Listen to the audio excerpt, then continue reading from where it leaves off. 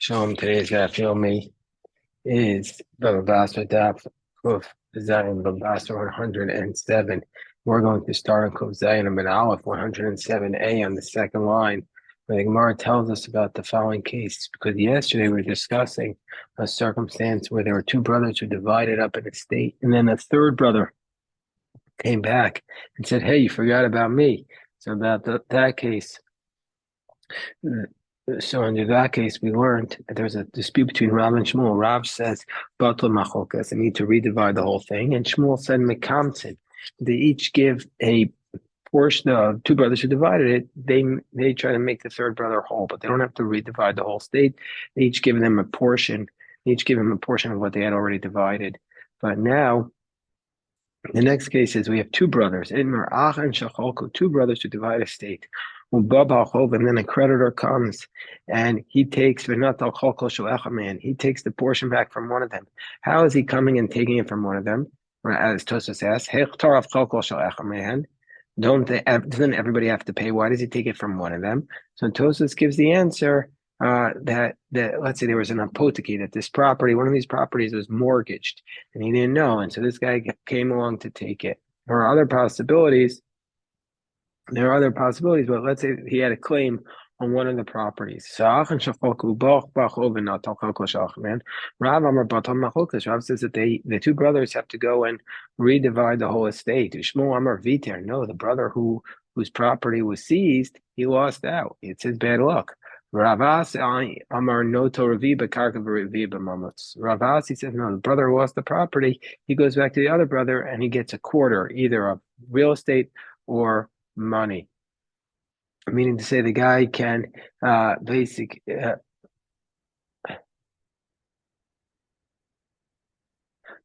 basically the brother who has the property left can either give him cash or give him real estate. So Rav Amar Batal Machokes, Rav says that the whole division is canceled and we have to redivide everything. These are the position that brothers who divide up an estate are considered heirs, and we're going to get into heirs and inheritance in next chapter of Yesh Nochlan. But for now, we're going to say that they are considered heirs, and so therefore, since they're considered heirs, they both have a share to the inheritance, and so we're going to examine the whole dispute. Shmuel Amar Viter, Shmuel says no, that if the two brothers divided up the estate and then a third party came and made a claim on one of the properties and seized it, then the brother who lost the property, he lost out. It's his bad luck. He's at the position. He says that these brothers are considered like they bought the property. They bought without any guarantees. And so therefore, for this reason, the brother whose property was seized, he lost out. Whereas Rav Hasi says, we're unsure. We're just not sure if they're heirs or if they're purchasers. Hilkach, therefore, Nota Revia Bakarkov Revia B'Mo. Since we're not sure if they're considered purchasers or heirs, therefore he would have a claim if they were heirs to half of the other brother's property. So now, since he only has a claim to half, and we're not sure about that half, so he gets a quarter of it, and so therefore he gets a quarter either as cash or as real estate. So Rav Papa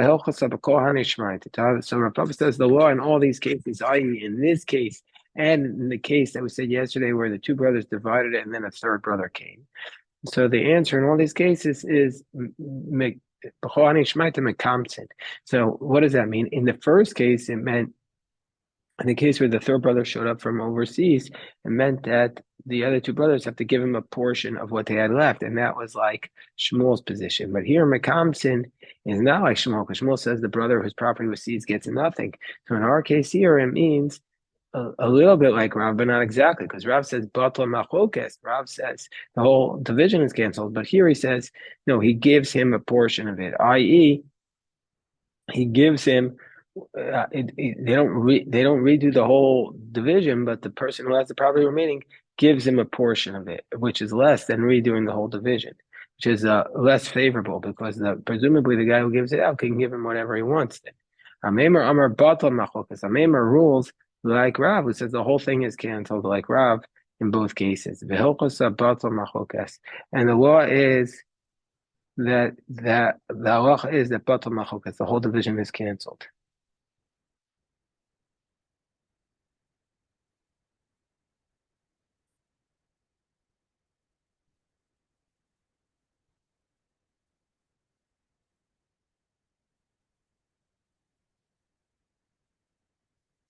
Okay.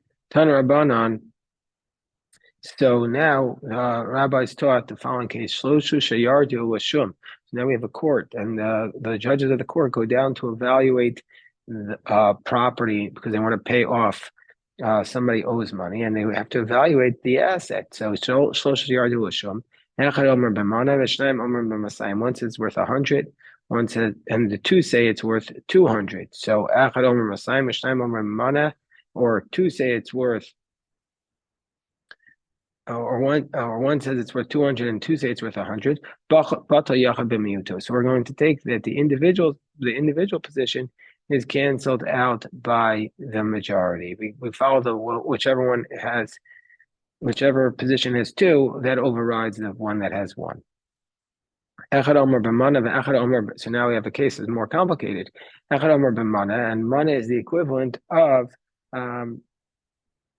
25 sela, or it's 100 dinar, which is 25 sela. So one says it's mana, so that's either 100 or 25. And one says it is worth 20 sela, which is 80 dinarim. And the echad omer bishloshim, and one says it's worth 30 sela, which is 120 dinarim. So basically, we don't have two people saying the exact same thing. So what do we do in this case? Rabbi Elazar Bar Tzadok says nidom matishim. Rabbi Elazar Tzadok says, so no, the first position, the position of the Tanna Kama, which says nidom and moneh, that we're going to give him 100, and we'll see why, which is 25 sela. Elazar Bar Tzadok says nidom matishim, we give him 90, meaning to say we take the middle of 80 and 100, we give him 90 dinarim. And Acherim are the position Osin Shuma B'nein U'Mishalshin, that we make an evaluation between them and we split it. The way Rashbam explains this is we say from 120 to 80 is 40 dinarim, and we split that into thirds. And so therefore that's going to be 13 and a third. And so that's the amount that we add on to the lowest amount. So we give him 93 and a third.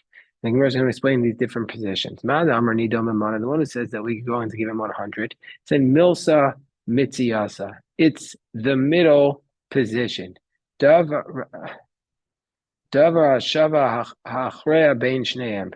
So basically, this is the middle position. And it explains basically the middle one, meaning to say, according to the one who says it's the first position, he says 100. That's 25 slime, which is the midway point between the positions. Because according to the evaluation of the second person, it would be 80. And according to the evaluation of the third position, it would be 120. So the first judge said, and the first judge said 25, and that's the middle path. And so therefore, and the logic is because both of the judges, both of the two other judges, they say it's both the one who says it's not worth more than a maneh, and according to the other one who says it's not worth less than a maneh. And so therefore, in each case, we have two judges who say it's worth at least a maneh. And so therefore, that's why we're going to say take the maneh position. Right, but and not that it's the midway point between 80 and 120, but it is the middle path in this case. Rabbi Elazar Tzadok says nidom betishim. He says you would judge it by 90 because kasavar ha'ara. He's in the position that this land is really that the judges made a mistake, and we're going to evaluate and say it's really worth tishin shava. It's really worth 90 dinarin, meaning to say it's in between the 20 and the 25, 22 and a half. So why did one judge say it was worth only 20, i.e. 80 dinarim? Because he made a mistake by 10 dinarim going down. The reason why the other judge said mana katai asar lakame, he went up 100. That was his mistake. And so therefore we settle that they must be 90. So the Gemara says, Adraba, hi ara mana. Why don't we say that this one is worth 100? The asara shavya. That really was worth, so we say just the opposite. Why don't we say Hi Ara Mayav Asar Shavi? Why don't we say it was really worth 110? And the reason why the first judge said it was worth 100 is Katai Asar Lachora. He went 10 down. And the one who said it's worth 120 or 30 got Katai Asar Lakame. He went 10 up. So why do we take the bottom approach and not the top approach? So the Gemara says, "Nikol miya straight kamai biyadcha." The mitoros mana will mafkile. No, take the lower approach because it never went up more than 100. So what's the logic here? Because we could say either one, we should follow after the two small approaches, meaning to say, because according to them, they'll say it's closer to 100, but 100 is not included. And don't go after the two later ones who say it's more than a mana. And the Rashbam introduces the principle here to tafasta meruba lo tafasta mua tafasta. If you try to grab too much, you grab nothing. You try to grab a little, you grab it. Everybody's going to be at a position that it's worth at least 90. But not everybody's at a position that it's worth at least 110. And so therefore, the safer way is to say, first grab the 90, and then if he ends up proving more, he could come back and take them more. But this is the concept. If you try to grab too much, you end up grabbing nothing. Try to grab a little, you'll end up getting that. So that's a basic principle in Shas. So then the Gemara says,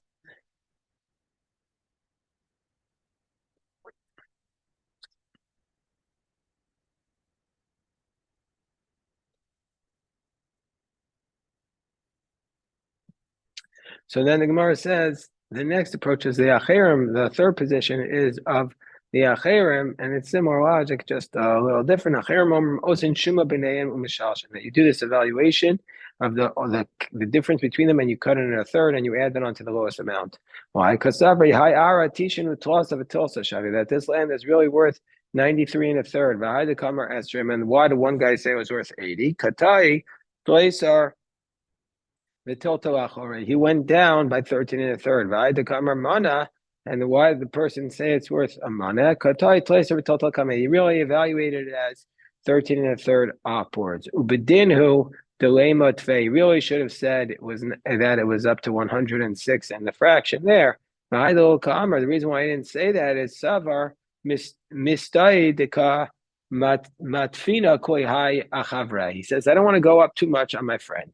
So therefore, he just rounded it down to 100. Other Avid is just the opposite. Why don't? And here's the same logic as before. This property should really be worth 113 and a third. And the Kamar Mana. And the reason why he called it 100 is he went back to 13 and a third downward. The Kamar Shloshim. And the one who said it was 120, he went up. And Savar Mistai to come Tafina Koya. I said, Achava. He says, I don't want to just add on to my friend too much. Where says, no, Nikol Mia Stray Kamai.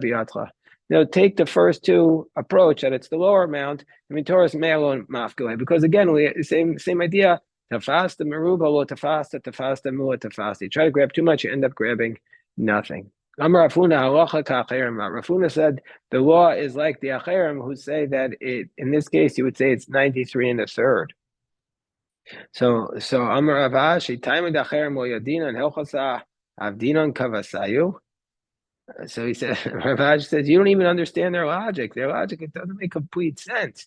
And yet you want to say that the law is like them. And Tanu Dayane Gola, Osin Shuman Benenu Mishalshon. So the Dayane Gola we had seen already a couple of times is Shmuel and Karna. And they said you make an evaluation between them, it's 90 and 93 and a third.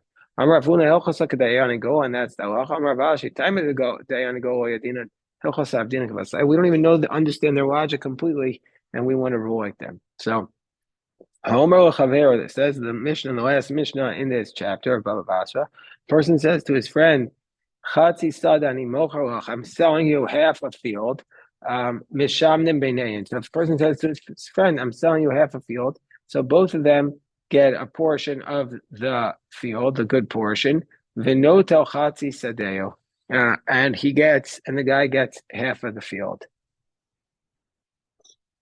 So we're going to see that he doesn't really get half the field, but rather the seller takes the best part and he gives to the purchaser the value of the half, but even from a worse portion.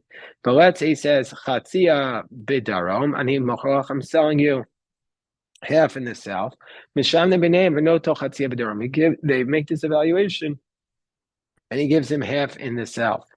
We'll see what that means. V'hu mekabel of makom Hagader. And he, who's the he? Rashbam says it's the seller. The Ram says it's the purchaser. But let's go with the Rashbam here. He says he accepts upon himself, in addition to give him half the field, he has to give him a place for a fence around the field. And also the charitz. And also he has to give him like a ditch or a moat around the field. A wider ditch, uben charitz, and a narrower ditch between the ditch and the fence. He has to have two ditches, a wide ditch and a narrow ditch to protect from animals. And so therefore, the reason is because when a person sells, he's accepting upon himself, says Rashbam, to give all the needs of the field. The kamu charitz, how much is a ditch? Shisha tefachim, it's 6 tefachim wide. And the ben charitz, and this narrower trench is shlosha, is 3. So Amar Rabbi Barabba, Amar Rabbi Yochanan, Lokeach Notel Kachla Shabo. So when we learned in the Mishnah that if you sell half the field to your friend, that and he says Mishamne B'neim V'Notel Chatzisada, that they evaluated and they both have a share in it, but then the purchaser gets half the field. It means that the purchaser gets the worst property. Amar Rabbi Yochanan. How could that be? We see that they split it, and meaning they split the best. So Amar, so Rabbi Yochanan, so Rabbi Yochanan said back to Rabbi Chia bar Abba, while you were busy, Rabbi Yochanan lived in Eretz Yisrael, so he says to Rabbi Chia bar Abba, while you were busy eating the dates in Babylon, Tagirmna. Misefa. We explain the Mishnah from the latter clause of the Mishnah. The Ketani, what does it say in the latter clause? The Ketani Seifa, Chatzia B'daram ani mochalach misham nebeneyan no tochatzia b'daram. That if he says, I'm selling to you half of the field in the south,